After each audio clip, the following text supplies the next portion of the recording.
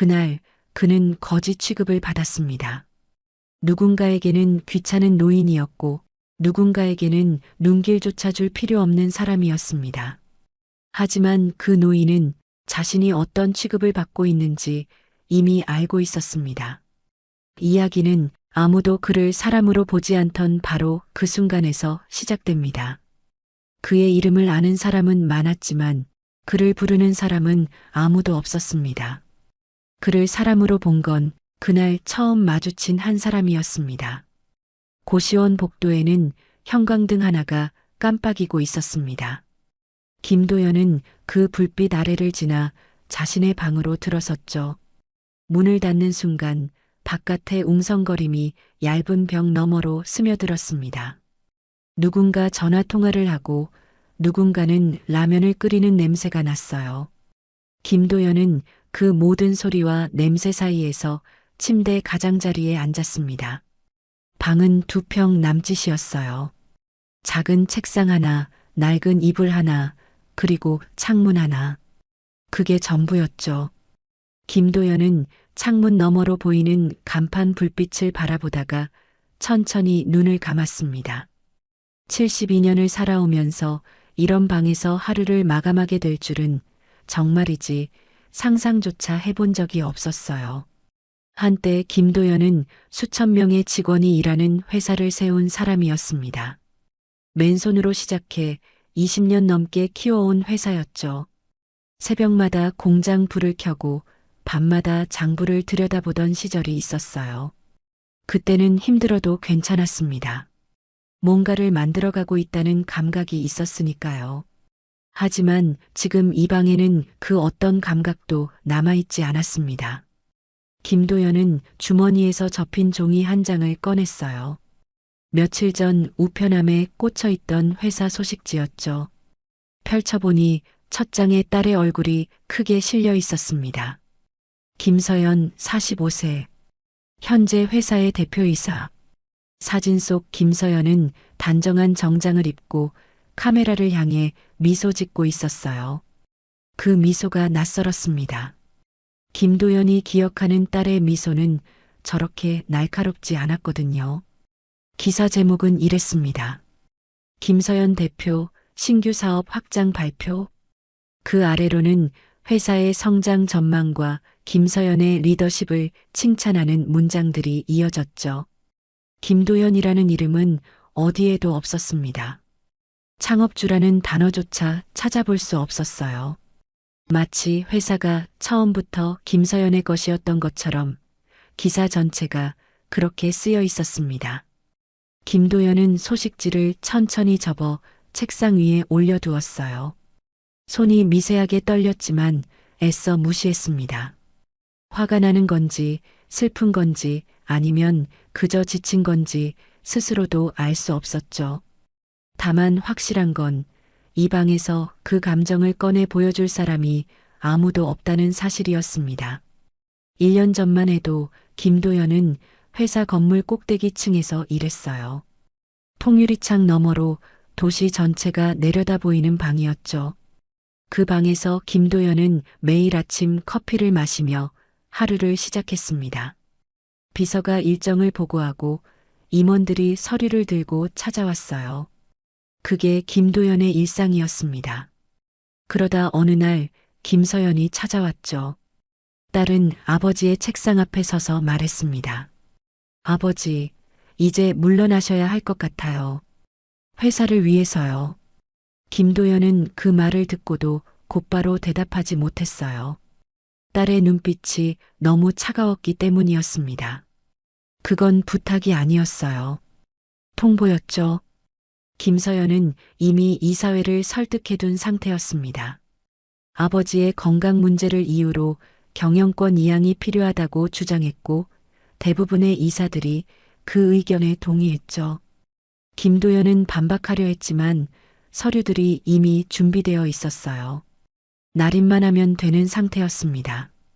딸은 아버지에게 펜을 건네며 말했죠. 이게 최선이에요, 아버지. 김도연은 그날 서명을 했습니다. 왜 그랬는지 지금도 스스로에게 묻곤 해요. 딸을 믿었던 걸까요? 아니면 싸울 힘이 없었던 걸까요? 어쩌면 둘 다였는지도 모릅니다. 다만 그 순간 김도연은 딸이 자신을 완전히 밀어내려 한다는 사실을 미처 깨닫지 못했어요. 서명 이후 일은 빠르게 진행되었습니다. 김도연의 사무실은 정리되었고 출입증은 회수되었죠. 집으로 돌아가려 했지만 그마저도 쉽지 않았어요. 김서연이 아버지 명의의 부동산을 모두 정리해버렸기 때문이었습니다. 법적으로 문제가 없도록 아주 치밀하게요. 김도연은 어느 날 갑자기 갈 곳이 없는 사람이 되어 있었습니다. 처음에는 지인들에게 연락을 해보았어요. 하지만 대부분은 전화를 받지 않았고 받더라도 난처한 목소리로 얼버무리기만 했죠. 회사를 떠난 창업주에게 손을 내미는 건 누구에게도 이익이 되지 않았으니까요. 김도연은 그제야 깨달았습니다. 자신이 가진 건 회사뿐이었고 회사를 잃은 순간 모든 관계도 함께 사라졌다는 것을요. 그렇게 몇 달을 떠돌다가 김도연은 이 고시원에 도착했습니다. 보증금 50만 원에 월세 35만 원. 그게 김도연이 감당할 수 있는 전부였죠. 통장에 남은 돈은 얼마 되지 않았고 그마저도 언제까지 버틸 수 있을지 알 수 없었어요. 김도연은 침대에서 일어나 작은 창문을 열었습니다. 찬바람이 얼굴을 스쳤죠. 바깥에서는 오토바이 소리가 들려왔어요. 아마 배달하는 사람들이겠지. 김도연은 그렇게 생각하며 창문을 다시 닫았습니다. 문득 배가 고프다는 걸 느꼈어요. 오늘 아침에 편의점에서 산 삼각김밥 하나가 전부였으니까요. 하지만 지금 나가서 뭔가를 사 먹을 기력은 없었습니다. 김도연은 다시 침대에 누워 천장을 바라보았어요. 천장에는 얼룩이 져 있었습니다. 누군가 물을 흘린 흔적인지 아니면 원래 그랬던 건지 알 수 없었죠. 김도연은 그 얼룩을 보며 생각했습니다. 딸은 지금 뭘 하고 있을까? 아버지를 내쫓은 뒤로 단 한 번도 연락이 없었어요. 안부를 묻는 문자도 전화도 없었습니다. 마치 김도연이라는 사람이 처음부터 존재하지 않았던 것처럼요. 김서연이 왜 그렇게까지 했는지 김도연은 아직도 이해하지 못했습니다. 어릴 때 김서연은 아버지를 따라 회사에 오는 걸 좋아했어요. 아버지 의자에 앉아 빙글빙글 돌면서 웃던 아이였죠. 그 아이가 언제부터 이렇게 변한 걸까요? 아니, 어쩌면 변한 게 아니라 원래 그랬는데 김도연이 몰랐던 걸지도 모릅니다. 고시원 복도에서 다시 발소리가 들려왔어요. 누군가 화장실로 가는 모양이었습니다. 김도연은 그 소리를 들으며 눈을 감았어요. 내일은 또 어떻게 버텨야 하나 그 생각만이 머릿속을 맴돌았습니다. 잠이 오지 않았습니다. 김도연은 다시 일어나 책상 위에 소식지를 집어들었어요. 딸의 사진을 한참 들여다보았죠. 사진 속 김서연은 자신감에 차 있었습니다. 아버지를 밀어낸 뒤 회사를 완전히 자신의 것으로 만든 사람의 얼굴이었어요. 김도연은 소식지를 내려놓으며 중얼거렸습니다. 그래, 내가 원하는 대로 해라. 하지만 그 말에는 힘이 없었어요. 체념인지 분노인지 구분할 수 없는 그저 지친 사람의 목소리였습니다. 밤이 깊어갔습니다. 고시원의 불빛들이 하나둘 꺼져갔고 복도는 조용해졌어요. 김도연은 그 어둠 속에서 홀로 깨어 있었습니다. 72년을 살아온 사람이 2평짜리 방에서 내일을 걱정하고 있었죠. 창문 너머로 보이는 간판 불빛만이 희미하게 방 안을 비추고 있었습니다. 며칠이 지났습니다. 김도연은 고시원 방에서 대부분의 시간을 보냈어요. 나갈 이유가 없었거든요. 가끔 편의점에 들러 삼각김밥이나 컵라면을 사는 게 전부였죠. 그마저도 돈이 아까워 하루에 한 끼로 버티는 날이 많았습니다. 그날도 점심때가 훌쩍 지나 있었어요. 배가 고팠지만 움직이기가 싫었습니다. 김도연은 침대에 누운 채 천장의 얼룩을 바라보고 있었죠. 문득 현관문 쪽에서 작은 소리가 들려왔어요. 뭔가 바스락거리는 소리였습니다. 김도연은 고개를 돌려 문 아래쪽을 보았어요. 전단지가 밀려 들어오고 있었습니다. 일어나서 주워보니 배달 음식 전단지였어요. 치킨, 피자, 중국집. 알록달록한 사진들이 눈에 들어왔지만 김도연에게는 그림의 떡이었죠. 전단지를 구겨 쓰레기통에 버리려다가 문득 손이 멈췄습니다. 한쪽 구석에 작은 글씨로 쓰인 문구가 눈에 띄었어요.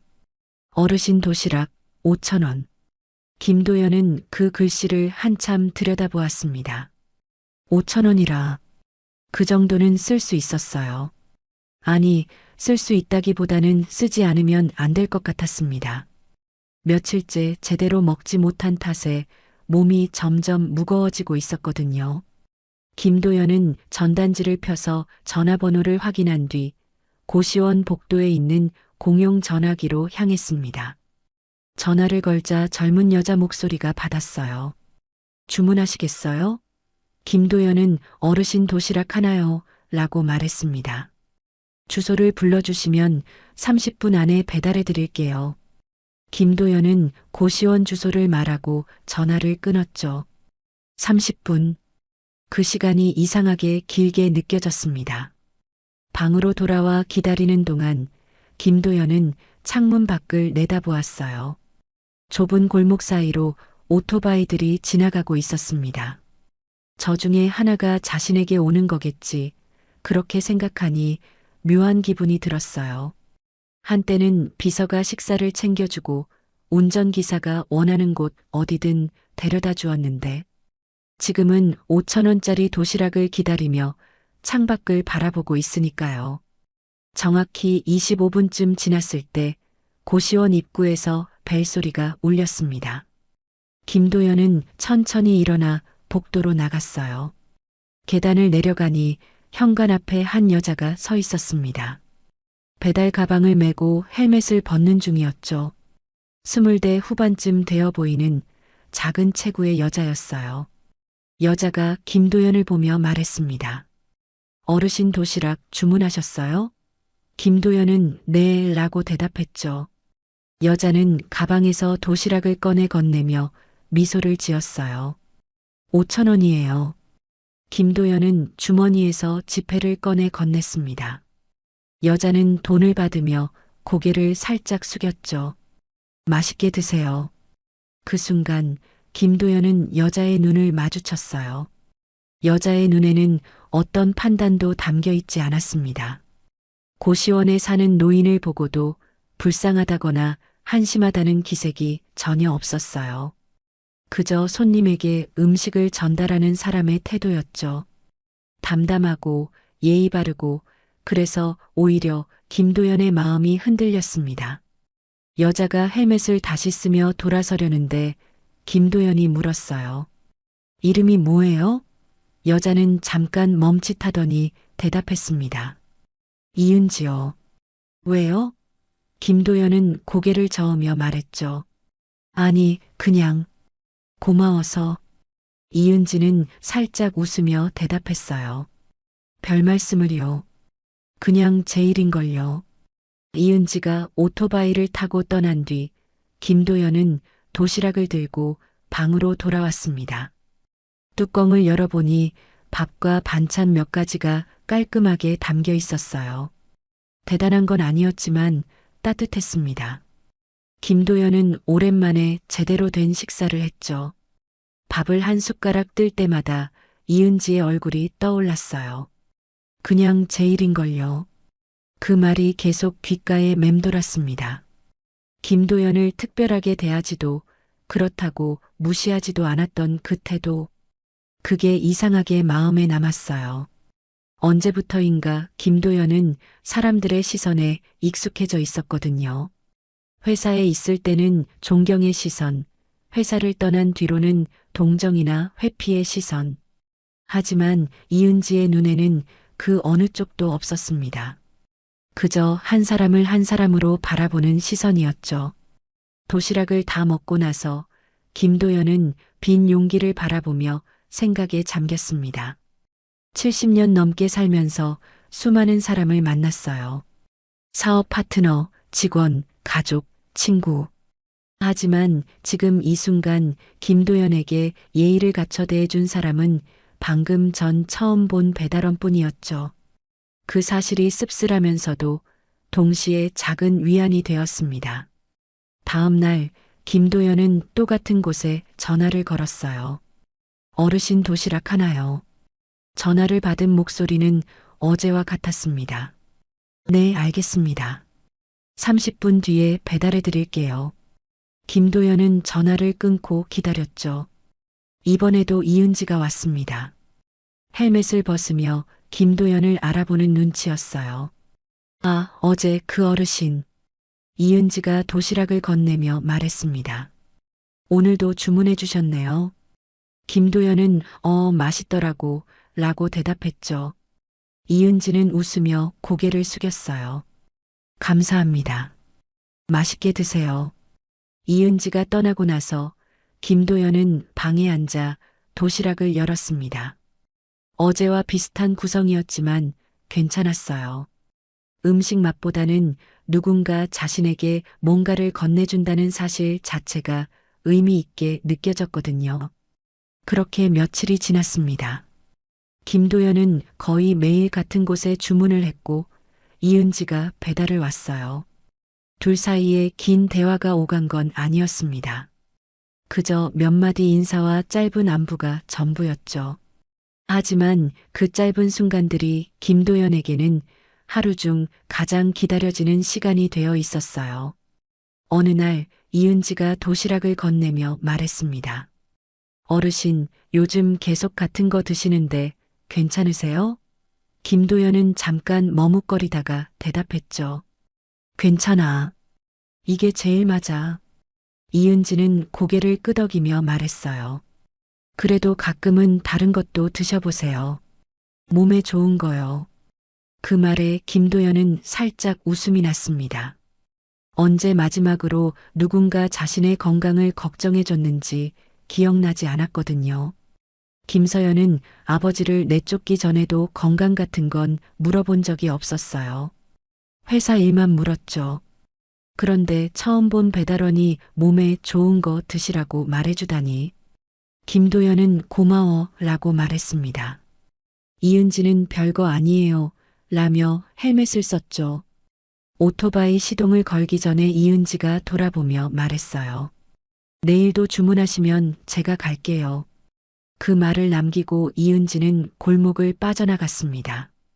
김도연은 한참 동안 그 자리에 서 있었어요. 차가운 바람이 불었지만 마음 한구석이 따뜻해지는 걸 느꼈습니다.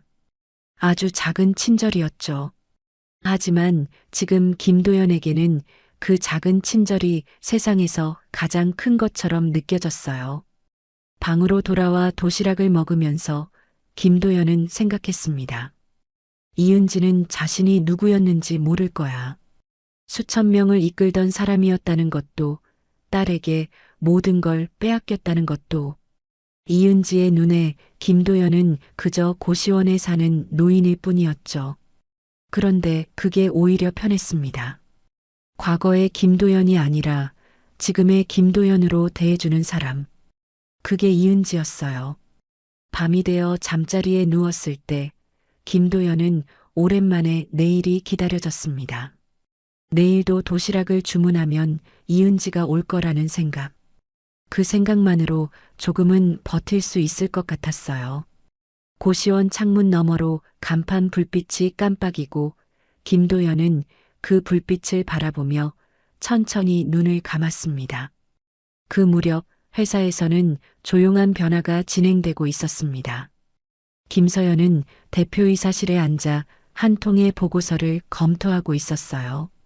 창립 30주년 기념 사업 계획서라는 제목이 붙어 있었죠. 김서연은 페이지를 넘기다가 한 항목에서 손을 멈췄습니다. 창업주 헌정 코너. 김서연의 눈빛이 차갑게 가라앉았어요. 창업주라. 그 단어가 눈에 거슬렸습니다. 김서연은 펜을 들어 그 항목 옆에 삭제라고 적었죠. 그리고 옆에 앉아있던 비서실장을 불렀어요. 이거 다시 검토해서 올려. 창업주 관련 내용은 전부 빼고. 비서실장이 조심스럽게 물었습니다. 전부요? 김서연은 고개를 끄덕이며 대답했죠. 회사는 앞으로 나아가야 해. 과거에 매여 있을 필요 없어. 비서실장은 알겠습니다. 라고 말하고 물러났어요. 김서연은 다시 보고서를 들여다보았습니다. 아버지의 이름이 적힌 부분이 몇 군데 더 보였죠. 김서연은 그 이름들을 하나하나 줄을 그어 지웠습니다. 며칠 뒤 회사 홈페이지가 업데이트되었어요. 회사 연역 페이지에서 창업주 김도연이라는 문구가 사라졌습니다. 대신 창립 이후 꾸준한 성장이라는 모호한 표현으로 대체되었죠. 사내 게시판에 올라온 창립 기념 포스터에도 김도연의 사진은 없었어요. 마치 회사가 스스로 생겨난 것처럼 모든 기록이 다시 쓰이고 있었습니다. 김도연이 그 사실을 알게 된 건 우연이었어요. 고시원 근처 편의점에서 컵라면을 먹고 있을 때 옆 테이블에 앉은 젊은 직장인 2명이 대화를 나누고 있었죠. 야, 너 그 회사 다니지? 창립 30주년이라며? 근데 이번에 좀 이상하더라. 창업주 얘기가 하나도 없어. 원래 회장님이 세운 회사 아니야? 글쎄, 요즘은 그런 거 안 하나 봐. 대표님이 싫어한다더라. 김도연은 컵라면을 들던 손이 멈췄어요. 심장이 천천히 가라앉는 느낌이었습니다. 젊은 직장인들은 김도연이 듣고 있는 줄도 모른 채 대화를 계속했죠. 근데 창업주가 누군데? 몰라, 나도. 자료가 없어서. 그 말에 김도연은 고개를 숙였습니다. 자료가 없어서 모른다. 자신이 세운 회사에서 자신의 이름이 지워지고 있었어요. 고시원으로 돌아온 김도연은 한참 동안 멍하니 앉아 있었습니다. 분노가 치밀어 오를 줄 알았는데 의외로 그렇지 않았어요. 대신 묵직한 허탈감이 가슴을 눌렀죠. 딸이 자신을 회사에서 내쫓은 것만으로도 충분히 아팠습니다. 하지만 이건 달랐어요. 존재 자체를 지우려는 거였죠. 김도연은 오래된 서류 가방을 꺼냈습니다. 고시원으로 올 때 겨우 챙겨온 몇 안 되는 물건 중 하나였어요. 가방 안에는 창업 초기 사진 몇 장과 오래된 서류들이 들어 있었죠. 김도연은 사진 한 장을 꺼내 들었습니다. 30년 전 작은 사무실 앞에서 찍은 사진이었어요. 그때 김도연은 42이었고 직원은 5명 뿐이었죠. 사진 속 김도연은 환하게 웃고 있었습니다. 그 사진을 보며 김도연은 생각했어요.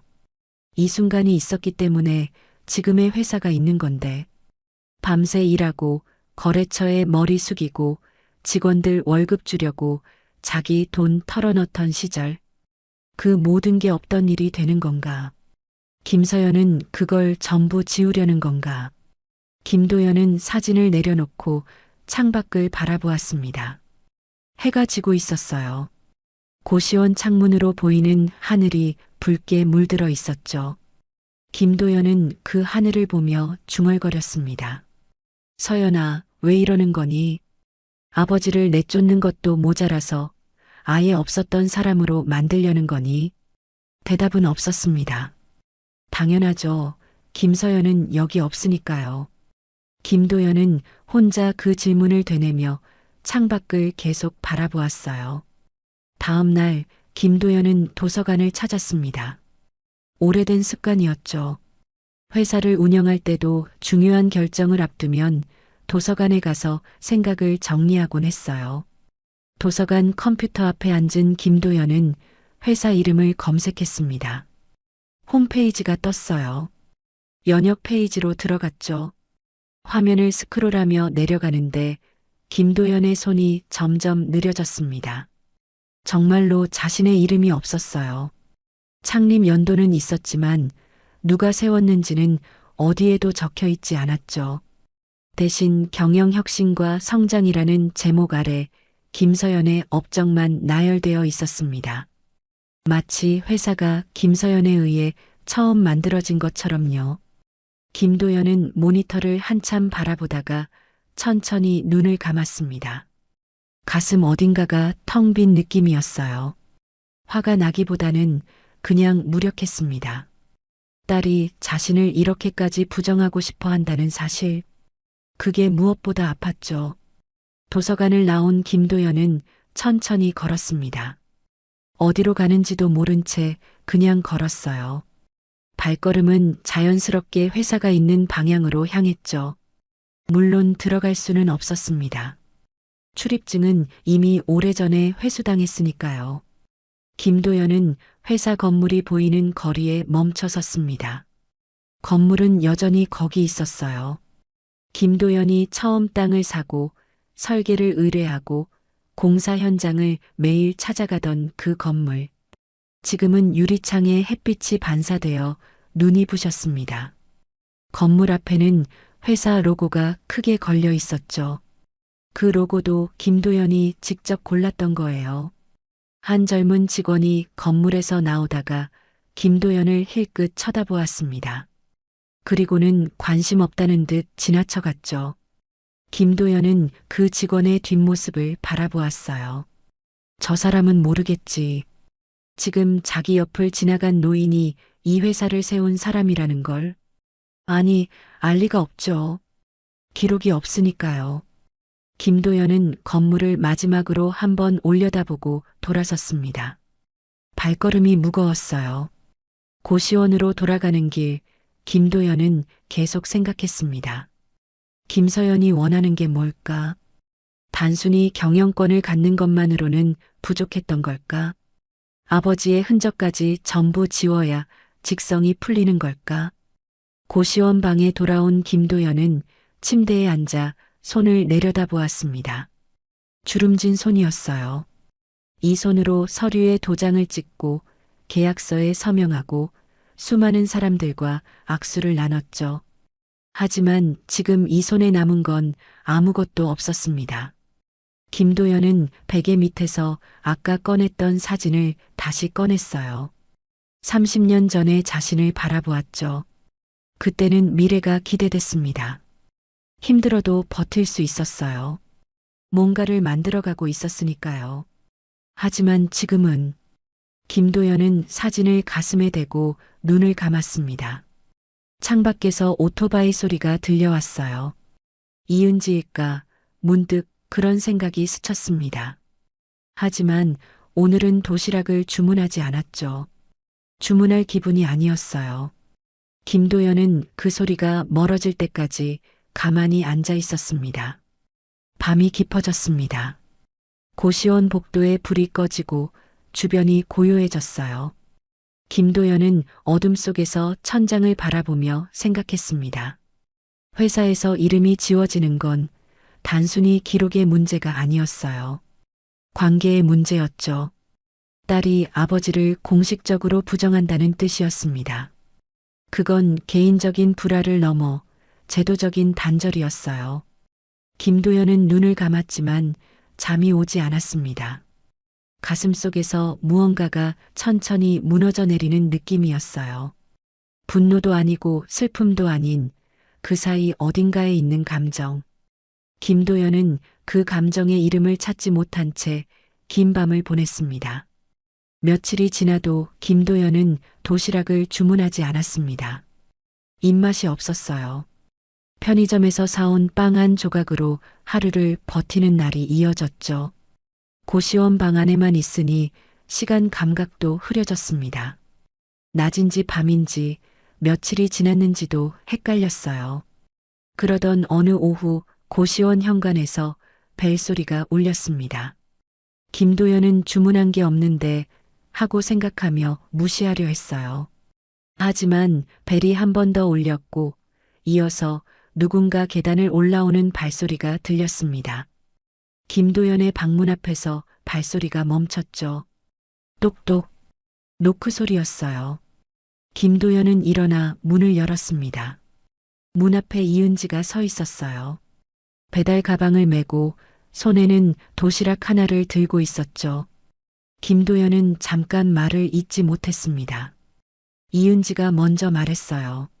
어르신, 요즘 주문을 안 하셔서요. 혹시 아프신가 싶어서 왔어요. 김도연은 그 말에 당황했습니다.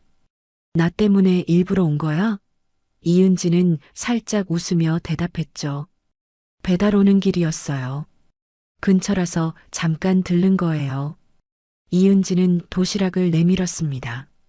이건 제가 그냥 드리는 거예요. 식사 안 하시면 안 되잖아요. 김도연은 도시락을 받아들며 고마워 라고 말했어요. 목소리가 갈라졌습니다. 며칠 동안 제대로 말을 하지 않았으니까요. 이은지는 김도연의 얼굴을 살폈어요. 많이 안 좋아 보이세요. 무슨 일 있으세요? 김도연은 고개를 저으며 대답했습니다. 아니야. 그냥 좀 피곤해서. 이은지는 고개를 갸웃거렸지만 더 캐묻지는 않았어요. 대신 이렇게 말했죠. 도시락 드시고 좀 쉬세요. 제가 또 올게요. 이은지가 떠난 뒤 김도연은 도시락을 들고 방으로 들어왔습니다. 뚜껑을 열어보니 따뜻한 밥과 반찬이 담겨 있었어요. 김도연은 숟가락을 들었지만 좀처럼 밥이 넘어가지 않았습니다. 목이 메었어요. 처음 보는 사람이 자신을 걱정해서 찾아왔는데 정작 딸은 아버지의 이름을 지우고 있었으니까요. 밥을 반쯤 먹다가 김도연은 숟가락을 내려놓았습니다. 창밖을 바라보며 생각에 잠겼죠. 이은지는 왜 자신에게 친절한 걸까? 돈이 되는 것도 아니고 딱히 이득이 있는 것도 아닌데 그냥 걱정이 되어서? 세상에 그런 사람이 있나? 김도연은 자신이 살아온 세계를 떠올렸어요. 사업을 하면서 만난 사람들은 대부분 이해관계로 연결되어 있었습니다. 친절에는 목적이 있었고 관심에는 계산이 있었죠. 그래서 이은지의 태도가 이해되지 않았어요. 아무런 조건 없이 누군가를 걱정한다는 게 김도연에게는 낯선 일이었습니다. 다음 날 이은지가 다시 왔어요. 이번에는 정식으로 주문한 도시락이었죠. 김도연이 아침에 전화를 걸었거든요. 이은지는 도시락을 건네며 웃었습니다. 오늘은 주문해 주셨네요. 다행이에요. 김도연도 따라 웃었어요. 어제껏 맛있었어. 고마워. 이은지는 돈을 받으며 잠시 망설이더니 말했어요. 어르신, 사실 저도 꿈이 있거든요. 김도연이 고개를 갸웃거렸죠. 꿈? 이은지는 수줍게 웃으며 대답했습니다. 나중에 작은 도시락 가게 하나 차리는 거요. 제가 직접 만든 밥을 파는 거요. 김도연이 물었어요. 지금도 도시락 배달 잘하는데 왜 가게까지? 이은지는 헬멧을 만지작거리며 대답했죠. 배달은 계속 못하잖아요. 다리도 아프고 비 오는 날은 진짜 힘들어요. 근데 가게 차리려면 돈이 많이 드니까 아직 멀었어요. 김도연은 그 말을 듣고 잠시 이은지를 바라보았습니다. 젊은 여자가 오토바이를 타고 하루 종일 배달을 하면서도 자기만의 꿈을 품고 있었어요. 힘들다고 투정하지 않고 그냥 묵묵히 돈을 모으고 있었죠. 김도연은 조용히 말했어요. 좋은 꿈이네. 꼭 이루길 바라. 이은지는 환하게 웃으며 손을 흔들었습니다. 감사해요, 어르신. 언젠간 제 가게에서 직접 만든 밥 대접할게요. 그 말을 남기고 이은지는 오토바이를 타고 떠났어요. 김도연은 그 뒷모습을 한참 바라보았습니다. 방으로 돌아온 김도연은 도시락을 열었어요. 따뜻한 김이 피어올랐죠. 이은지의 말이 머릿속에 맴돌았습니다. 직접 만든 밥을 파는 가게. 작은 꿈이지만 그 안에 담긴 진심이 느껴졌어요. 김도연은 밥을 먹으며 생각했습니다. 저 아이는 분명 해낼 거야. 그런 사람이니까. 이은지는 돈을 받으며 잠시 망설이더니 물었습니다. 어르신, 가족분들은 안 계세요? 김도연의 표정이 살짝 굳어졌어요. 이은지는 그걸 눈치채고 황급히 덧붙였죠. 죄송해요. 제가 쓸데없는 말을. 그냥 혼자 계신 것 같아서요. 김도연은 잠시 침묵했습니다. 대답해야 하나 말아야 하나. 머릿속에서 여러 생각이 스쳤어요. 딸이 있다고 말할까? 아니, 말해서 뭐하나. 내쫓긴 아버지라고 설명해야 하나. 그건 너무 비참하잖아. 결국 김도연은 입을 열지 않았습니다. 그냥 고개를 저으며 말했어요. 괜찮아. 신경 쓰지 마. 이은지는 알겠다는 듯 고개를 끄덕이고 돌아섰죠. 하지만 떠나기 전에 한 번 더 돌아보며 말했어요. 어르신, 힘든 일 있으시면 말씀하세요. 제가 뭘 해드릴 순 없지만 들어드릴 순 있어요. 이은지가 사라진 뒤 김도연은 한참 동안 그 자리에 서 있었습니다. 들어드릴 순 있다. 그 말이 마음에 걸렸어요. 누군가에게 자신의 이야기를 한다는 건 어떤 기분일까? 김도연은 오랫동안 그런 경험을 해본 적이 없었습니다. 회사에서는 항상 듣는 쪽이었고 가족에게는 말해봤자 소용없었으니까요. 방으로 돌아온 김도연은 도시락을 먹으며 생각했습니다. 이은지에게 진실을 말할까? 사실 나는 큰 회사를 세운 사람이야. 근데 딸한테 다 빼앗기고 여기 있어. 그렇게 말하면 이은지는 뭐라고 할까? 불쌍하다고 할까? 아니면 믿지 않을까? 김도연은 고개를 저었어요. 말해봤자 달라지는 건 없었습니다. 이은지가 안다고 해서 회사가 돌아오는 것도 아니고 김서연이 사과하는 것도 아니니까요. 차라리 모르는 게 나을지도 몰랐어요. 이은지의 눈에 김도연은 그냥 고시원에 사는 평범한 노인이었고 그게 오히려 편했습니다. 하지만 침묵에는 대가가 있었어요. 김도연이 말하지 않는 만큼 이은지는 오해할 수밖에 없었죠. 가족이 없는 외로운 노인. 아마 이은지는 그렇게 생각하고 있을 거예요. 틀린 말은 아니었지만 전부 맞는 말도 아니었습니다. 그날 밤 김도연은 또 잠을 이루지 못했어요. 천장을 바라보며 딸 생각을 했습니다. 김서연은 아버지가 어디서 뭘 하는지 알고나 있을까? 궁금해하기는 할까? 아니, 아마 관심도 없겠지. 있었으면 연락이라도 했겠죠. 김도연은 이불을 끌어당기며 눈을 감았습니다. 딸에게 버림받은 아버지. 그 사실을 누구에게도 말하지 못하는 자신. 침묵은 자신을 보호하는 것 같았지만 동시에 더 깊은 고립으로 밀어넣고 있었어요. 이은지의 질문이 계속 머릿속에 맴돌았습니다. 가족분들은 안 계세요? 그 단순한 질문에 대답하지 못한 자신이 한심하게 느껴졌어요. 있다고도 없다고도 말하지 못했으니까요. 있지만 없는 거나 마찬가지인 가족. 그걸 어떻게 설명해야 할지 김도연은 알 수 없었습니다. 한편 김서연은 그 시각 회사에서 야근을 하고 있었어요. 창립기념 행사 준비로 바빴죠. 김서연은 행사 계획서를 검토하다가 아버지 생각이 잠깐 스쳤습니다. 지금 어디서 뭘 하고 있을까? 하지만 그 생각은 곧 사라졌어요. 중요한 건 회사였고 아버지는 이미 과거의 사람이었으니까요.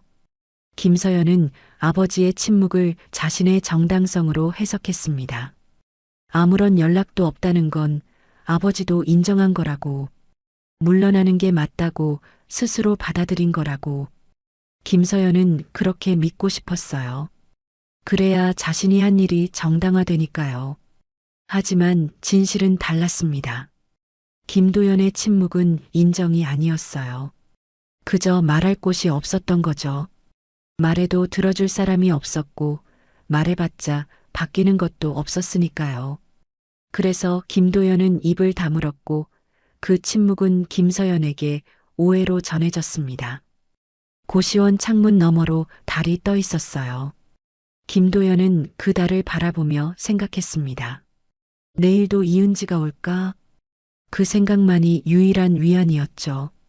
하지만 이은지에게 진실을 말할 용기는 아직 없었습니다. 김도연은 그렇게 또 하루를 침묵 속에 묻었어요.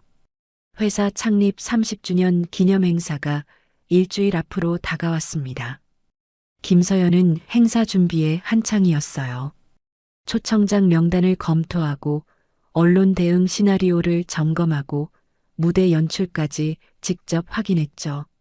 모든 게 완벽해야 했습니다. 이번 행사는 김서연 체제의 공식적인 시작을 알리는 자리였으니까요. 그런데 초청장 명단을 최종 확인하던 중 비서실장이 조심스럽게 물었습니다. 대표님, 혹시 회장님께는 따로 연락을 드릴까요? 김서연의 손이 멈췄어요. 회장님이라는 호칭이 귀에 거슬렸죠. 김서연은 차갑게 대답했습니다. 아버지는 이미 경영에서 물러나셨어. 이번 행사와는 관계없는 분이야. 비서실장은 고개를 숙이며 알겠습니다. 라고 말했어요. 하지만 물러나기 전에 한마디 덧붙였죠.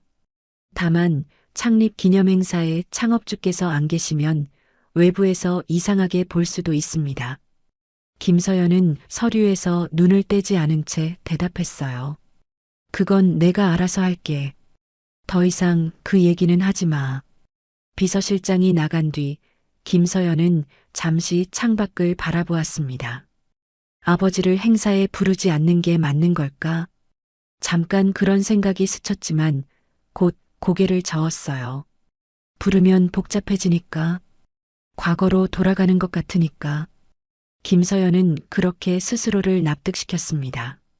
며칠 뒤 김도연은 고시원 근처 편의점에서 신문을 보다가 기사 하나를 발견했어요. 회사 창립 30주년 기념행사 개최, 김서연 대표 비전 발표 예정. 기사에는 행사 일정과 장소, 주요 참석자 명단이 적혀 있었죠. 김도연은 그 명단을 천천히 훑어보았습니다. 자신의 이름은 어디에도 없었어요. 손이 떨렸습니다. 30년 전 맨손으로 시작한 회사였어요. 창립 기념일마다 직원들과 함께 케이크를 자르고 지나온 시간을 돌아보던 날들이 있었죠. 그런데 30주년 행사에 창업주가 초대받지 못하다니. 김도연은 신문을 내려놓고 편의점을 나왔습니다. 거리를 걸으며 김도연은 생각했어요. 설마 깜빡한 건 아니겠지. 일부러 빼는 거겠지. 기록에서 이름을 지운 것처럼 행사에서도 지우는 거겠지. 그 생각이 가슴을 짓눌렀습니다. 경영권을 빼앗긴 건 어떻게든 받아들일 수 있었어요. 하지만 이건 달랐습니다. 존재 자체를 부정당하는 느낌이었죠. 고시원으로 돌아온 김도연은 침대에 앉아 한참을 멍하니 있었어요. 뭘 해야 할지 알 수 없었습니다. 항의를 해야 하나? 연락을 해야 하나? 하지만 무슨 말을 한단 말인가요? 왜 나를 안 불렀냐고? 그런 말을 하기엔 자존심이 허락하지 않았어요. 그때 문 밖에서 노크 소리가 들렸습니다. 김도연은 일어나 문을 열었어요. 이은지였습니다. 손에 도시락을 들고 서 있었죠. 어르신, 오늘 주문 안 하셔서 또 왔어요. 김도연은 이은지를 보자 마음이 조금 풀렸습니다. 고마워. 근데 오늘은 별로 배가 안 고파서. 이은지는 김도연의 얼굴을 살피며 말했어요. 안색이 안 좋으세요. 무슨 일 있으세요? 김도연은 대답하려다가 말을 멈췄습니다. 무슨 일이 있냐고. 있지. 많지. 하지만 어디서부터 어떻게 설명해야 할지 알 수 없었어요. 김도연은 그냥 고개를 저으며 말했습니다. 아니야. 그냥 좀 생각이 많아서. 이은지는 도시락을 내밀며 말했어요. 일단 이거 드세요. 생각은 밥 먹고 해도 되잖아요. 김도연은 도시락을 받아들었습니다. 이은지의 말이 단순했지만 이상하게 위로가 되었어요. 이은지가 떠난 뒤 김도연은 도시락을 열었습니다. 밥을 한 숟가락 뜨다가 멈췄어요. 눈가가 뜨거워졌습니다. 30년을 바친 회사에서 쫓겨나고 기록에서 지워지고 이제는 기념 행사에서도 제외당했는데 그런 자신에게 따뜻한 밥 한 끼를 건네는 사람은 처음 본 배달원뿐이었죠. 김도연은 숟가락을 내려놓고 손으로 얼굴을 감쌌습니다. 울고 싶지 않았어요. 70년을 넘게 살면서 웬만한 일에는 눈물을 보이지 않았죠. 하지만 지금은 달랐습니다. 가슴속에서 무언가가 터져 나오려 했어요. 김도연은 이를 악물고 참았습니다. 여기서 무너지면 안 돼. 그렇게 스스로에게 말했어요. 한참이 지나서야 김도연은 다시 숟가락을 들었습니다. 밥을 천천히 먹으며 생각했어요. 김서연은 왜 이렇게까지 하는 걸까? 단순히 경영권이 탐나서? 아니면 아버지가 미워서? 둘 다인 걸까? 김도연은 알 수 없었습니다. 딸의 마음을 읽는 건 언제부터인가 불가능한 일이 되어 있었어요. 밤이 되었습니다. 김도연은 침대에 누워 천장을 바라보았어요. 일주일 뒤면 창립 기념 행사가 열릴 거예요. 김서연은 무대 위에서 비전을 발표하고 박수를 받겠죠. 언론은 젊은 여성 경영인의 성공을 칭찬할 거예요. 그 자리에 창업주는 없을 겁니다. 아무도 김도연을 기억하지 않겠죠. 그 생각이 김도연의 마음에 깊은 상처를 남겼어요. 지금까지는 어떻게든 버텨왔습니다. 고시원 생활도 경제적 어려움도 고립감도. 하지만 이번은 달랐어요. 공식적으로 배제당한다는 건 개인적인 단절과는 차원이 다른 문제였습니다. 김도연은 생각했어요. 이제 정말 끝인 건가? 딸과의 관계, 그리고 회사와의 인연이 이제는 되돌릴 수 있는 선을 넘어버린 건가? 대답은 찾을 수 없었지만 마음 한구석에서는 이미 알고 있었어요. 김서연이 아버지를 행사에서 제외한 순간 무언가가 결정적으로 끊어졌다는 거요. 창밖으로 달이 보였습니다. 김도연은 그 달을 바라보며 눈을 감았어요. 내일도 모레도 일주일 뒤에도 해는 뜨겠죠. 세상은 계속 돌아갈 거예요. 하지만 김도연의 세계에서는 무언가가 멈춰버린 것 같았습니다. 이은지가 준 도시락 용기가 책상 위에 놓여 있었어요. 김도연은 그 용기를 바라보며 작게 중얼거렸습니다. 고마워. 그 말은 이은지에게 하는 것이기도 했고 동시에 아직 자신을 완전히 포기하지 않은 스스로에게 하는 말이기도 했어요. 밤이 깊어갔습니다. 고시원은 조용해졌고 복도의 불빛도 하나둘 꺼졌어요. 김도연은 어둠 속에서 홀로 깨어 있었습니다. 되돌릴 수 없는 선, 그 선 너머로 밀려난 기분이 어떤 건지 이제야 알 것 같았어요. 차갑고 무겁고 끝없이 고독한 것. 김도연은 그 감각을 안고 긴 밤을 보냈습니다. 잠을 설친 다음 날 아침 김도연은 오래된 서류 가방을 꺼냈습니다. 고시원으로 올 때 겨우 챙겨온 물건이었죠. 가방 안에는 창업 초기 사진 몇 장과 함께 낡은 서류 뭉치가 들어 있었어요. 김도연은 그 서류들을 침대 위에 펼쳐놓고 하나하나 살펴보기 시작했습니다. 대부분은 오래된 계약서와 회의록이었어요. 누렇게 바랜 종이들이 세월의 무게를 말해주고 있었죠. 김도연은 그 서류들을 넘기다가 한 문서에서 손을 멈췄습니다. 정관 개정안이라는 제목이 붙어 있었어요. 25년 전 회사가 성장하기 시작하던 때 작성한 문서였습니다. 김도연은 그 문서를 천천히 읽어내려갔어요. 기억이 희미했지만 읽다 보니 하나둘 떠올랐습니다. 이건 당시 법률 자문을 받아 만든 거였죠. 회사가 커지면서 혹시 모를 상황에 대비해 여러 조항을 넣었었어요. 그 중 하나가 눈에 들어왔습니다. 공익환원 조항. 특정 조건이 충족될 경우 이사회는 경영 투명성 검토를 요청할 수 있다. 김도연은 그 문장을 몇 번이고 다시 읽었어요. 당시에는 그저 형식적인 조항이라고 생각했습니다. 설마 이게 필요할 날이 올 줄은 몰랐죠. 김도연은 서류를 내려놓고 창밖을 바라보았습니다. 이 조항이 아직 유효할까? 김서연이 정관을 바꾸지 않았다면 이건 여전히 살아있는 조항일 거예요. 하지만 확인할 방법이 없었습니다. 회사 내부 서류에 접근할 수가 없으니까요. 며칠 동안 김도연은 그 조항에 대해 생각했어요. 이걸로 뭘 할 수 있을까? 경영권을 되찾을 수 있을까? 아니, 그건 아닐 거예요. 법적으로 이미 김서연에게 넘어간 거니까. 하지만 적어도 뭔가 할 수 있는 여지는 있을지도 몰랐습니다.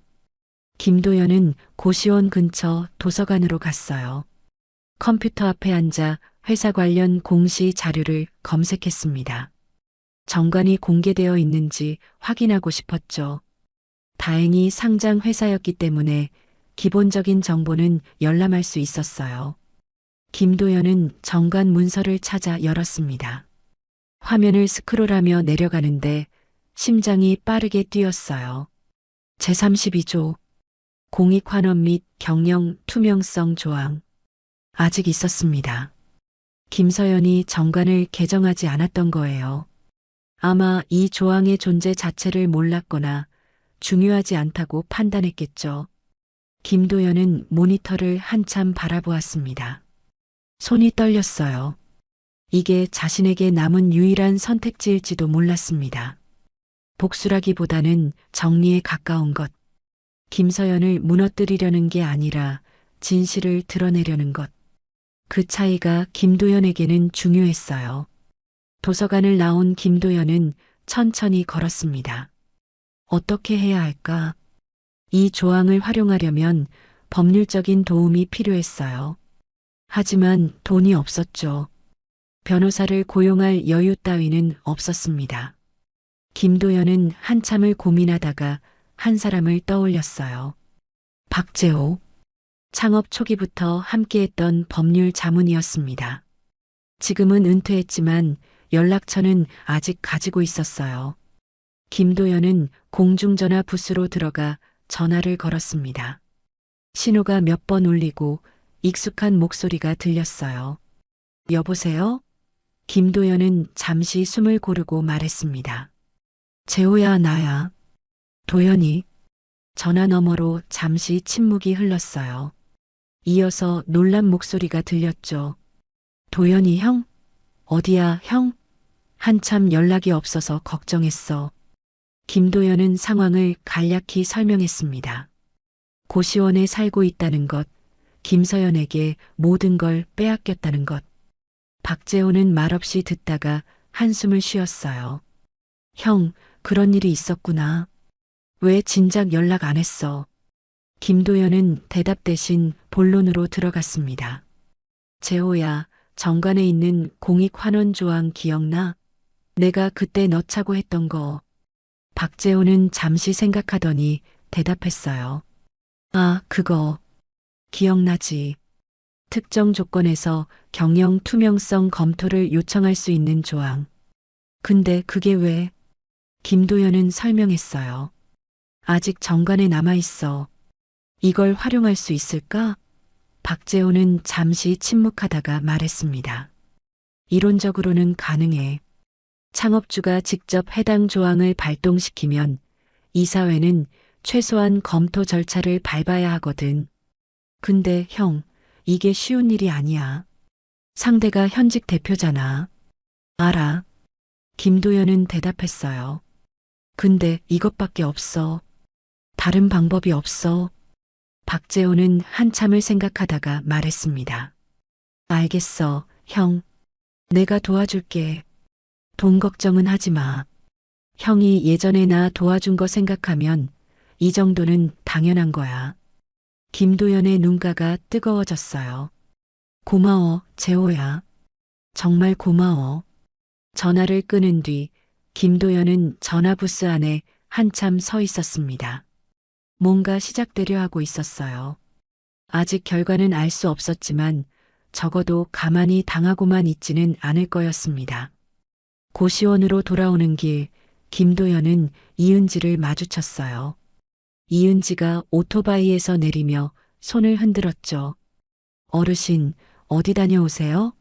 김도연은 살짝 웃으며 대답했습니다. 응, 좀 볼 일이 있어서. 이은지는 김도연의 표정을 살피더니 말했어요. 오늘은 좀 다르시네요. 무슨 좋은 일 있으세요? 김도연은 고개를 갸웃거렸어요. 좋은 일이라. 아직은 모르겠어. 근데 뭔가 해볼 일이 생겼어. 이은지는 웃으며 말했습니다. 좋은 거네요. 뭐든 해보는 게 안 하는 것보다 나으니까요. 김도연은 그 말에 고개를 끄덕였어요. 그래, 내 말이 맞아. 방으로 돌아온 김도연은 서류 가방에서 정관 개정안을 다시 꺼냈습니다. 25년 전 자신이 직접 검토하고 서명했던 문서였어요.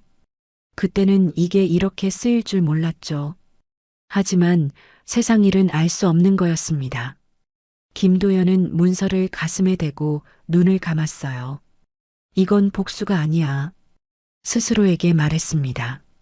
김서연을 무너뜨리려는 게 아니야. 그냥 진실을 밝히려는 거야. 내가 누구였는지, 뭘 했는지. 그걸 기록으로 남기려는 거야.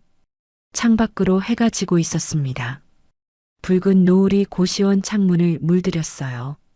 김도연은 그 빛을 바라보며 생각했습니다. 아직 끝난 게 아니야. 숨겨진 사실이 현재의 선택으로 이어지고 있었어요. 그리고 그 선택은 이제 막 시작되려 하고 있었습니다. 박재호가 움직이기 시작한 건 그로부터 며칠 뒤였습니다. 김도연은 고시원에서 연락을 기다리고 있었어요. 그러던 어느 오후 공중전화로 박재호에게서 전화가 왔죠. 형, 서류 준비 다 됐어. 내일 이사회 앞으로 정식 공문 발송할게. 김도연은 수화기를 꽉 쥐며 물었습니다. 받아들여질까? 박재호는 잠시 침묵하다가 대답했어요. 받아들이든 안 받아들이든 절차는 밟아야 해. 정관에 명시된 조항이니까. 최소한 검토는 해야 하는 거지. 전화를 끊고 나서 김도연은 고시원 방 창문을 열었습니다. 차가운 바람이 얼굴을 스쳤어요. 이제 시작이구나. 가슴이 두근거렸지만 동시에 무거웠습니다. 이게 맞는 건지 여전히 확신이 없었거든요. 다음 날 박재호 명의로 공문이 발송되었습니다. 창업주 김도연의 요청에 따라 정관 제32조에 의거 경영 투명성 검토를 요청한다는 내용이었죠. 공문은 이사회 전원과 감사위원회에 동시에 전달되었어요. 김서연이 그 소식을 들은 건 오후 회의 중이었습니다. 비서실장이 급하게 회의실로 들어와 귓속말을 했죠. 김서연의 표정이 굳어졌어요. 뭐라고? 아버지가? 김서연은 자리에서 일어나 회의실을 나갔습니다. 대표이사실로 돌아온 김서연은 공문을 읽었어요. 손이 떨렸습니다. 정관 제32조. 김서연은 그 조항의 존재를 알고 있었지만 신경 쓰지 않았었죠. 오래된 조항이고 실제로 발동된 적이 없으니까요.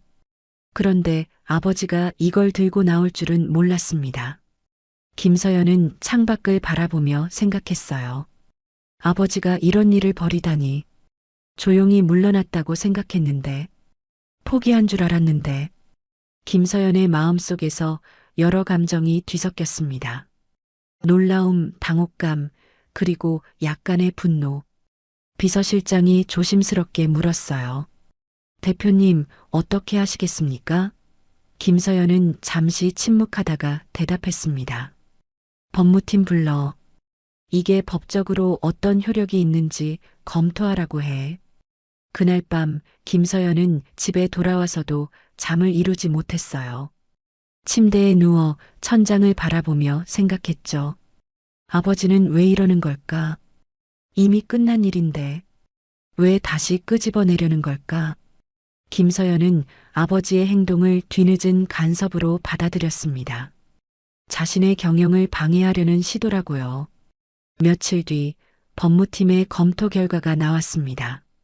해당 조항은 유효하며 창업주의 요청이 있을 경우 이사회는 최소한 검토 절차를 거쳐야 한다는 내용이었어요. 김서연은 보고서를 읽으며 이를 악물었습니다. 피할 수 없다는 뜻이었죠. 이사회 임시회의가 소집되었습니다. 안건은 경영 투명성 검토 요청에 대한 대응이었어요. 김서연은 회의실에 들어서며 이사들의 얼굴을 살폈습니다. 몇몇은 불안한 표정이었고 몇몇은 호기심 어린 눈빛이었죠. 회의가 시작되자 한 사회이사가 먼저 말했어요. 창업주께서 이런 요청을 하신 건 처음입니다. 진지하게 검토해 볼 필요가 있지 않을까요? 김서연은 침착하게 대답했습니다. 아버지는 이미 경영에서 물러나신 분입니다. 이건 절차적인 문제일 뿐이에요. 하지만 다른 이사가 반문했어요. 절차적인 문제라 해도 정관에 명시된 조항입니다.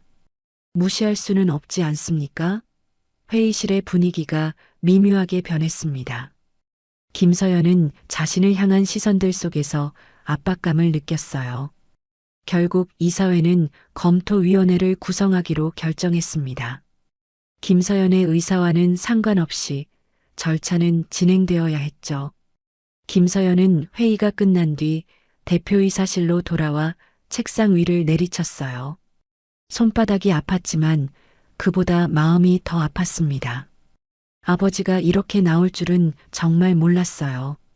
김서연은 혼자 중얼거렸습니다. 조용히 사라질 줄 알았는데 왜 이제 와서 이러는 거야?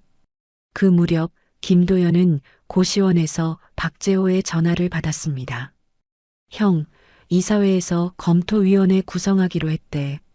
일단 첫 번째 관문은 통과한 거야. 김도연은 조용히 고개를 끄덕였어요. 그래, 고마워. 전화를 끊고 김도연은 창밖을 바라보았습니다. 기쁘지 않았어요. 이긴 것도 아니고 뭔가 성취한 것도 아니었으니까요. 다만 한 발짝 내디딘 것 뿐이었습니다. 앞으로 어떻게 될지는 아무도 몰랐어요. 이은지가 그날도 도시락을 가져왔습니다. 김도연의 표정을 살피더니 물었죠. 어르신, 요즘 무슨 일 있으세요? 왠지 달라 보여요. 김도연은 살짝 웃으며 대답했어요. 좀 복잡한 일이 있어. 근데 괜찮아. 이은지는 고개를 끄덕이며 말했습니다. 복잡한 일이라도 어르신이 결정하신 거면 잘 되실 거예요. 그 말에 김도연은 잠시 이은지를 바라보았어요. 이 젊은 여자는 자신이 누구인지 모르면서도 그렇게 믿어주고 있었습니다. 고마워. 김도연은 진심을 담아 말했어요. 내가 있어서 버틸 수 있었어. 이은지는 손을 저으며 웃었죠. 제가 뭐려? 그냥 도시락 배달하는 것밖에 못하는데요. 이은지가 떠난 뒤 김도연은 도시락을 열었습니다. 따뜻한 밥 냄새가 났어요. 김도연은 숟가락을 들며 생각했습니다. 상황이 점점 김서연에게 부담으로 작용하고 있었죠. 하지만 이게 끝이 아니었어요. 아직 갈 길이 멀었습니다. 밤이 되어 김도연은 침대에 누웠습니다. 천장을 바라보며 딸 생각을 했어요. 김서연은 지금 무슨 생각을 하고 있을까? 아버지를 원망하고 있을까? 아니면 두려워하고 있을까? 김도연은 알 수 없었습니다. 다만 확실한 건 이제 돌아갈 수 없다는 것이었어요. 시작한 이상 끝까지 가야 했습니다. 창밖으로 별이 보였어요. 김도연은 그 별을 바라보며 눈을 감았습니다. 내일은 또 어떤 일이 벌어질까? 그 생각을 안고 김도연은 긴 밤 속으로 빠져들었습니다. 검토위원회가 활동을 시작한 지 열흘이 지났습니다. 이사회는 외부 감사인을 선임하여 경영과정 전반을 재검토하기 시작했어요. 회계장부, 의사결정 기록, 주요 계약서들이 하나하나 점검되었죠. 김서연은 매일 보고를 받으며 상황을 주시했지만 불안감은 점점 커져만 갔습니다. 그러던 어느 날 주주총회 일정이 잡혔어요.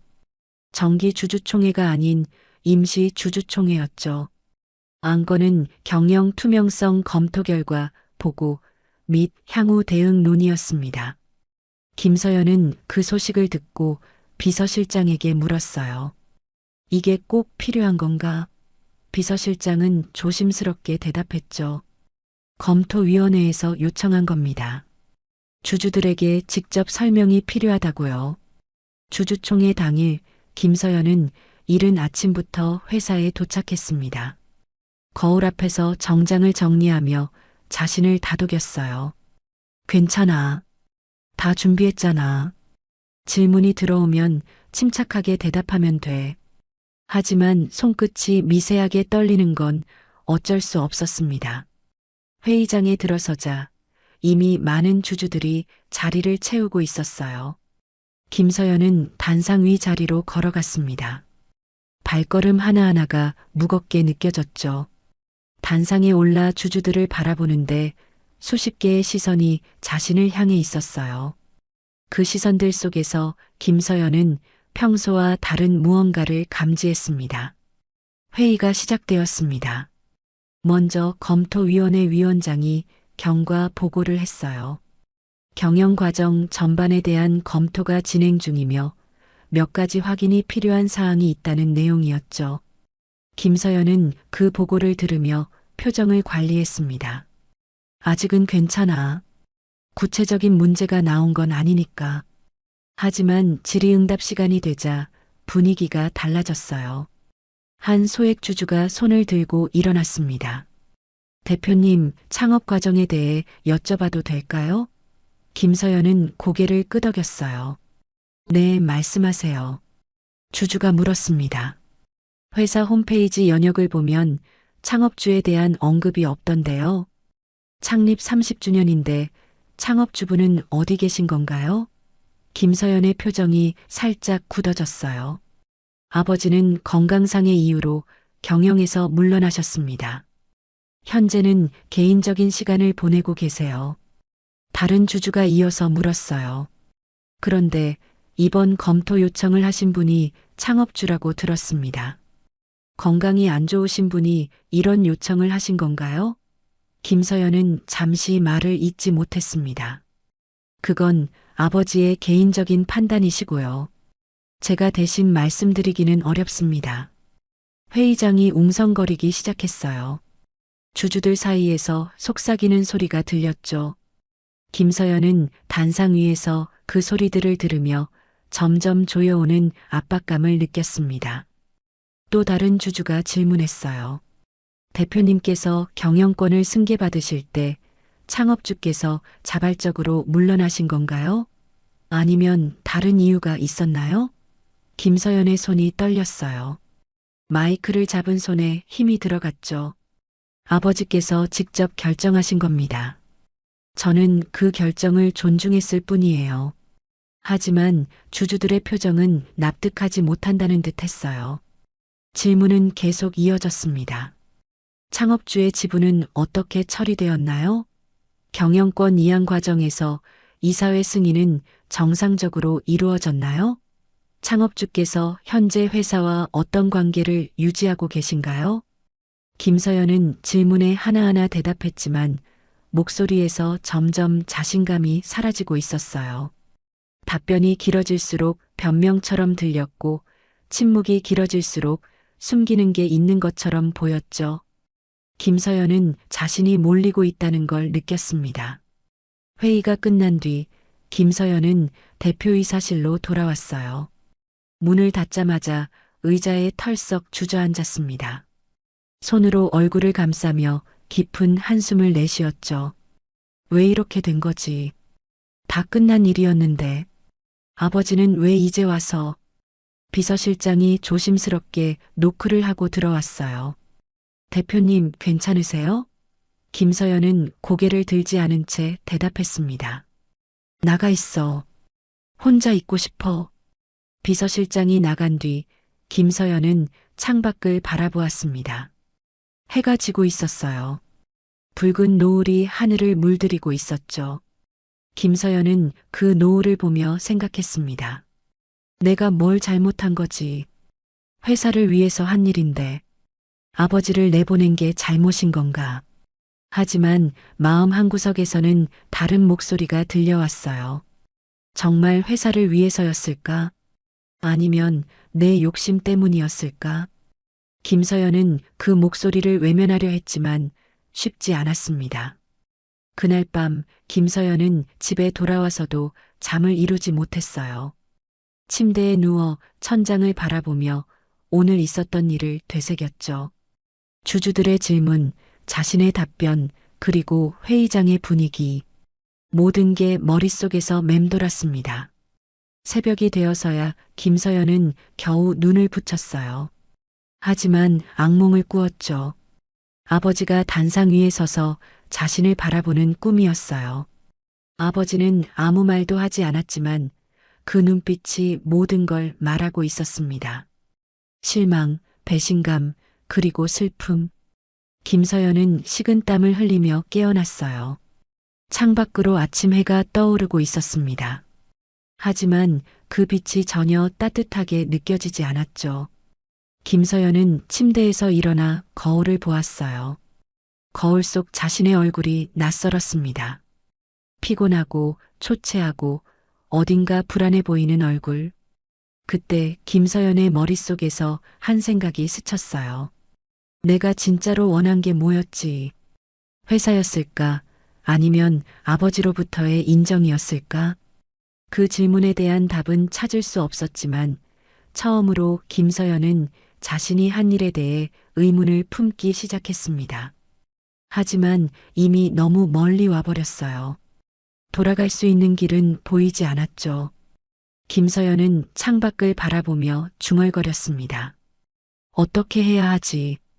이제 어떻게 해야 하는 거지? 대답은 들리지 않았고 아침 햇살만이 차갑게 방 안을 비추고 있었습니다. 주주총회 이후 며칠이 흘렀습니다. 김도연은 고시원 방에서 박재호의 연락을 기다리고 있었어요. 창밖으로 비가 내리고 있었죠. 빗소리를 들으며 김도연은 생각에 잠겼습니다. 이제 어떻게 될까? 김서연은 무슨 생각을 하고 있을까? 그때 문 밖에서 노크 소리가 들렸어요. 김도연이 문을 열자 이은지가 서 있었습니다. 우산을 접으며 웃었죠. 어르신, 비 오는데 도시락 가져왔어요. 오늘은 따뜻한 국도 있어요. 김도연은 도시락을 받으며 고마워 라고 말했어요. 이은지는 김도연의 얼굴을 살피더니 물었습니다. 요즘 많이 생각하시는 것 같아요. 무슨 일이에요? 김도연은 잠시 망설이다가 대답했죠. 정리해야 할 일이 있어서. 이은지는 고개를 끄덕이며 말했어요. 정리라. 그게 뭔지는 모르겠지만 어르신이 결정하신 거면 잘 되실 거예요. 김도연은 그 말에 살짝 웃었습니다. 내가 자꾸 그렇게 말해주니까 진짜 그럴 것 같아. 이은지가 떠난 뒤 김도연은 도시락을 열었어요. 따뜻한 김이 피어올랐죠. 국을 한 숟가락 떠먹으며 김도연은 생각했습니다. 정리. 그래, 이건 정리야. 복수가 아니라. 김서연을 무너뜨리려는 게 아니라 진실을 밝히고 끝내려는 거야. 오후가 되어 박재호에게서 전화가 왔습니다. 형, 이사회에서 연락이 왔어. 협의를 요청한대. 김도연은 수화기를 꽉 쥐며 물었어요. 협의? 무슨 협의? 박재호가 설명했죠. 형이 원하는 게 뭔지 알고 싶다는 거야. 경영권 복귀인지, 재산 반환인지, 아니면 다른 뭔가인지. 김도연은 잠시 침묵했습니다. 그리고 천천히 입을 열었어요. 나는 경영권도 필요 없고 재산도 필요 없어. 다만 한 가지만 원해. 박재호가 물었죠. 뭔데? 김도연은 대답했습니다. 경영 투명성, 그리고 공익환원. 회사가 처음 세워졌을 때의 정신대로 운영되면 돼. 그게 다야. 박재호는 잠시 말이 없다가 물었어요. 정말 그것뿐이야, 형? 김서연한테 뭔가 요구하거나 처벌을 원하는 건 아니고, 김도연은 고개를 저으며 대답했습니다. 처벌은 내가 할 일이 아니야. 김서연이 뭘 했든 그건 김서연이 스스로 마주해야 할 문제야. 나는 그냥 진실이 드러나게만 하면 돼. 전화를 끊고 김도연은 창밖을 바라보았어요. 비가 그치고 있었습니다. 구름 사이로 햇살이 비치기 시작했죠. 김도연은 그 빛을 보며 생각했습니다. 이게 맞아. 상대를 무너뜨리는 게 아니라 스스로 드러나게 만드는 거야. 며칠 뒤 이사회 임시회의가 다시 열렸습니다. 이번에는 김도연의 요청 사항을 논의하는 자리였어요. 김서연도 참석했죠. 회의실에 들어서며 이사들의 얼굴을 살폈습니다. 분위기가 달랐어요. 지난번과는 다른 어딘가 결정적인 느낌이 있었죠. 위원장이 회의를 시작했습니다. 창업주께서는 경영권 복귀나 재산 반환을 요청하지 않으셨습니다.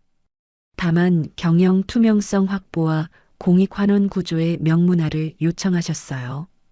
김서연은 그 말에 눈을 크게 떴습니다. 아버지가 그렇게 요청했다고? 한 이사가 발언했어요.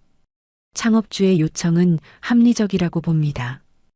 회사의 창립 정신에도 부합하고요. 다른 이사도 동의했죠. 공익환원 조항을 정관에 더 명확히 반영하는 건 좋은 방향이라고 생각합니다. 김서연은 회의 내내 말이 없었어요. 아버지가 경영권도 재산도 요구하지 않았다는 사실이 머릿속에서 맴돌았습니다. 그럼 아버지는 뭘 원한 걸까? 왜 이 모든 일을 벌인 걸까? 회의가 끝나고 김서연은 대표이사실로 돌아왔습니다. 창밖을 바라보며 한참을 서 있었어요. 아버지는 복수하려 한 게 아니었구나. 처벌을 원한 것도 아니었어. 그냥 진실을 밝히려 했던 거야. 김서연의 마음속에서 무언가가 움직이기 시작했습니다. 그날 밤 김서연은 오랜만에 아버지 생각을 했어요. 어릴 때 아버지 손을 잡고 회사에 갔던 기억. 아버지 의자에 앉아 빙글빙글 돌던 기억. 아버지가 웃으며 서연아, 나중에 이 회사 내가 이어받아 라고 말했던 기억. 그때는 그 말이 그저 좋기만 했는데 김서연은 눈을 감았습니다. 내가 잘못했구나. 회사를 원한 건 맞지만 그 방식이 잘못됐어. 아버지를 내쫓고 기록에서 지우고 존재 자체를 부정하려 했어. 그건 경영권 승계가 아니라 배신이었어. 하지만 그 깨달음이 모든 걸 해결해 주지는 않았어요. 김서연은 여전히 아버지에게 연락할 용기가 없었습니다. 미안하다고 말하기엔 너무 많은 일이 있었고 용서를 구하기엔 자존심이 허락하지 않았죠. 김서연은 그 복잡한 감정 속에서 밤을 보냈습니다. 한편 김도연은 고시원 방에서 조용히 상황을 지켜보고 있었어요. 박재호가 이사회 결과를 전해주었죠. 형, 경영투명성위원회가 상설기구로 만들어진대. 공익환원 조항도 정관에 명확히 반영하기로 했고 형이 원한 대로 된 거야. 김도연은 수화기 너머로 조용히 대답했습니다. 그래, 고마워. 이제 됐어. 전화를 끊고 김도연은 창밖을 바라보았어요. 밤하늘에 별이 떠 있었습니다. 김도연은 그 별을 보며 생각했죠. 나는 내가 할 일을 했어. 이제 나머지는 김서연의 몫이야. 김서연이 뭘 선택하든 그건 김서연이 결정할 일이야. 김도연은 침대에 누워 눈을 감았습니다. 마음이 한결 가벼워진 느낌이었어요. 완전히 해결된 건 아니었지만 적어도 자신이 해야 할 일은 끝났다는 감각이 있었죠. 김도연은 오랜만에 깊은 잠에 빠져들었습니다. 몇 주가 지났습니다. 회사는 조용히 변화하고 있었어요. 경영 투명성 위원회가 공식 출범했고 공익환원 조항이 정관에 명문화되었죠. 홈페이지 연역에는 창업주 김도현이라는 이름이 다시 올라갔습니다. 누가 시킨 것도 아니었어요.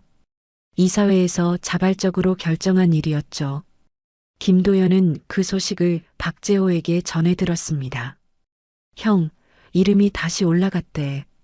창업주로서 정당하게 기록됐어. 김도현은 수화기 너머로 조용히 대답했어요. 그래, 고마워. 내 덕분이야. 전화를 끊으려는데 김도현이 다시 입을 열었습니다. 재호야, 한 가지 더 부탁할 게 있어. 박재호가 물었죠. 뭔데, 형? 김도현은 잠시 망설이다가 말했어요. 공익재단 지원 사업 있잖아. 거기 청년 창업 지원 항목에 한 사람 추천하고 싶어? 박재호는 의아한 듯 물었습니다. 누군데? 김도연은 창밖을 바라보며 대답했어요. 이은지라는 배달원이야. 도시락 가게를 차리고 싶어하는 아이인데 돈이 없어서 못하고 있어. 박재호는 잠시 침묵하다가 말했죠. 형, 그 사람이 형한테 특별한 사람이야? 김도연은 조용히 대답했습니다. 내가 가장 힘들 때 나를 사람으로 대해준 유일한 사람이야. 박재호는 알겠어. 형, 내가 알아볼게 라고 말하고 전화를 끊었어요. 김도연은 수화기를 내려놓으며 작게 미소 지었습니다. 며칠 뒤 김도연은 고시원을 떠났어요. 박재호가 마련해준 작은 원룸으로 이사했죠. 월세도 부담되지 않는 수준이었습니다. 새 방은 고시원보다 훨씬 밝았어요. 창문으로 햇살이 들어왔고 바람도 잘 통했죠. 김도연은 창가에 서서 바깥을 바라보며 생각했습니다. 새로운 시작이구나. 계절이 바뀌었습니다. 여름이 지나고 가을이 왔어요. 그리고 어느 날 이은지에게서 연락이 왔죠. 어르신, 저 가게 열었어요. 꼭 오셔야 해요. 김도연은 그 문자를 보며 미소 지었습니다. 가게는 골목 안쪽에 있었어요. 작은 간판에 은진의 밥상이라고 적혀 있었죠. 김도연은 그 간판을 한참 올려다보았습니다. 배달 오토바이를 타고 다니던 여자가 이제는 자기 가게를 가진 사장이 되었구나. 김도연은 문을 열고 들어갔어요. 이은지가 주방에서 나오며 환하게 웃었습니다. 어르신 오셨어요. 첫 번째 손님이에요. 김도연은 고개를 끄덕이며 자리에 앉았죠. 가게 안은 아담했지만 깔끔했어요. 테이블 4개, 벽에는 작은 액자 몇 개. 이은지의 손길이 느껴지는 공간이었습니다. 이은지가 밥상을 차려왔어요. 된장찌개, 계란말이, 나물 몇 가지, 그리고 따뜻한 밥. 김도연은 그 밥상을 보며 웃었습니다. 그때 도시락이랑 똑같네. 이은지도 웃으며 대답했죠. 그때 어르신이 맛있다고 하셨잖아요. 그래서 이걸로 시작하려고요. 김도연은 숟가락을 들어 된장찌개를 한 숟가락 떴습니다. 입에 넣는 순간 문득 그때가 떠올랐어요. 고시원 방에서 혼자 밥을 먹던 날들. 아무도 찾지 않는 방에서 천장의 얼룩을 바라보던 밤들. 그리고 이은지가 가져다 준 따뜻한 도시락. 이은지가 맞은편에 앉으며 물었습니다. 어르신, 무슨 생각하세요? 김도연은 고개를 저으며 대답했어요. 아니, 그냥 그때 생각이 나서. 이은지는 조용히 고개를 끄덕였습니다. 저도요. 그때 어르신 표정이 많이 힘들어 보였거든요. 근데 뭔지 모르게 포기하지 않은 사람 같았어요. 김도연은 그 말에 살짝 웃었죠. 포기하지 않았다기보다 포기할 줄 몰랐던 것 같아. 이은지가 물었어요. 어르신, 그때 무슨 일이 있으셨어요? 지금은 말씀해 주실 수 있어요? 김도연은 잠시 창밖을 바라보았습니다. 가을 햇살이 유리창을 통해 들어오고 있었어요. 김도연은 천천히 입을 열었습니다. 그때 나는 딸한테 모든 걸 빼앗긴 상태였어. 회사도, 집도, 이름까지. 세상에서 가장 가까워야 할 사람한테 버림받은 거지. 이은지는 말없이 듣고 있었어요. 김도연은 계속했습니다. 근데 내가 도시락을 가져다 줬잖아. 불쌍하다고 보지도 않고, 한심하다고 생각하지도 않고, 그냥 밥 드세요 라고 했지. 그게 얼마나 큰 건지 알아? 이은지는 고개를 저으며 대답했어요. 저는 그냥 당연한 걸 한 건데요. 김도연은 미소 지으며 말했습니다. 그 당연한 게 그때 나한테는 세상에서 가장 귀한 거였어. 덕분에 버틸 수 있었어. 진짜야. 이은지의 눈가가 살짝 붉어졌어요. 어르신. 김도연은 손을 저으며 말했죠. 울긴 밥이나 먹자. 맛있다, 이거. 둘은 마주 앉아 밥을 먹었습니다. 큰 대화 없이 그냥 조용히. 창밖으로는 가을 햇살이 쏟아졌고 가게 안에는 따뜻한 공기가 흘렀어요. 김도연은 밥을 먹으며 생각했습니다. 이게 행복이구나. 거창한 게 아니라 이런 거구나. 밥을 다 먹고 김도연은 자리에서 일어났습니다. 이은지가 물었어요. 어르신, 또 오실 거죠? 김도연은 고개를 끄덕이며 대답했습니다. 당연하지. 단골이 될 거야. 이은지는 환하게 웃었어요. 기다릴게요. 김도연은 그 웃음을 보며 가게를 나섰습니다. 골목을 걸으며 뒤를 돌아보았어요. 작은 간판이 햇살에 반짝이고 있었죠. 은진의 밥상. 김도연은 그 간판을 한참 바라보다가 천천히 걸음을 옮겼습니다. 그 뒤로 김도연은 시간이 날 때마다 그 가게를 찾았어요. 일주일에 한두 번, 때로는 더 자주. 항상 같은 자리에 앉아 같은 메뉴를 시켰죠. 이은지는 그때마다 웃으며 밥상을 차려왔고 김도연은 그 밥을 먹으며 하루를 이야기했습니다. 어떤 날은 고시원에서의 기억을 떠올렸어요. 형광등이 깜빡이던 복도, 2평짜리 방, 창밖으로 보이던 네온사인. 그때는 내일이 어떻게 될지 몰랐어. 김도연이 말하면 이은지는 조용히 들었죠. 그리고 말했습니다. 근데 어르신은 해내셨잖아요. 어떤 날은 딸 이야기도 했어요. 여전히 연락은 없었지만 김도연은 더 이상 그것에 매달리지 않았습니다. 김서연이 언젠가 깨달을 수도 있고 영영 모를 수도 있어. 그건 내가 정할 수 있는 게 아니야. 이은지는 고개를 끄덕이며 말했죠. 어르신은 할 수 있는 걸 다 하셨잖아요. 그걸로 된 거예요.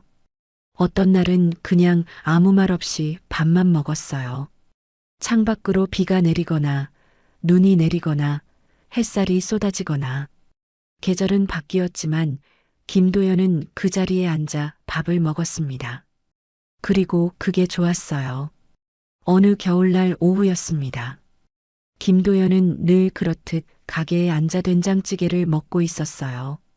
이은지가 맞은편에 앉으며 물었죠. 어르신, 요즘 행복하세요? 김도연은 숟가락을 내려놓고 창밖을 바라보았습니다. 눈이 내리고 있었어요. 하얀 눈이 골목을 덮고 있었죠. 김도연은 천천히 대답했습니다. 행복이 뭔지는 잘 모르겠어. 근데 지금 이 순간이 나쁘지 않아. 따뜻한 밥이 있고 들어주는 사람이 있고 내일 또 올 수 있잖아. 그게 행복이면 행복인 거겠지. 이은지는 미소 지으며 고개를 끄덕였어요. 저도요. 어르신이 오시는 날이 좋아요. 김도연은 그 말에 살짝 웃었습니다. 그리고 다시 숟가락을 들었어요. 창밖으로 눈이 계속 내리고 있었고 가게 안에는 따뜻한 김이 피어올랐습니다. 72년을 살아오면서 많은 걸 얻었고 많은 걸 잃었어요. 회사도 세웠고 회사에서 쫓겨나기도 했죠. 딸에게 배신당했고 낯선 사람에게 친절을 받았어요. 그리고 그 친절을 되돌려줄 수 있었습니다. 김도연은 이제 알았어요. 삶은 이기고 지는 게 아니라는 걸. 중요한 건 어떻게 끝내느냐가 아니라 어떻게 살아가느냐라는 걸. 그리고 진정한 행복은 거창한 것이 아니라 이렇게 작고 따뜻한 순간들의 합이라는 걸. 눈은 계속 내렸습니다. 김도연은 밥을 다 먹고 자리에서 일어났어요. 이은지가 말했죠. 어르신, 눈 오는데 조심히 가세요. 김도연은 고개를 끄덕이며 대답했습니다. 그래, 또 올게. 문을 열고 나서니 차가운 바람이 얼굴을 스쳤어요. 하지만 김도연의 마음은 따뜻했습니다. 뒤를 돌아보니 이은지가 창문 너머로 손을 흔들고 있었죠. 김도연도 손을 들어 흔들었습니다. 눈 덮인 골목을 걸으며 김도연은 생각했어요. 내일도 해는 뜰 거야. 그리고 나는 그 해를 맞이할 거야. 조용히, 그리고 단단하게. 그리고 시간이 나면 또 이 가게에 올 거야. 그게 지금 내 삶이야. 하얀 눈이 골목을 덮고 김도연의 발자국이 하나씩 찍혔습니다. 작은 가게의 불빛이 뒤에서 희미하게 빛나고 있었어요. 김도연은 그 빛을 등지고 천천히 걸었습니다. 끝까지 함께 해주셔서 감사합니다. 구독과 좋아요는 이런 이야기를 계속 전할 수 있는 큰 힘이 됩니다. 이야기는 여기까지입니다. 고맙습니다.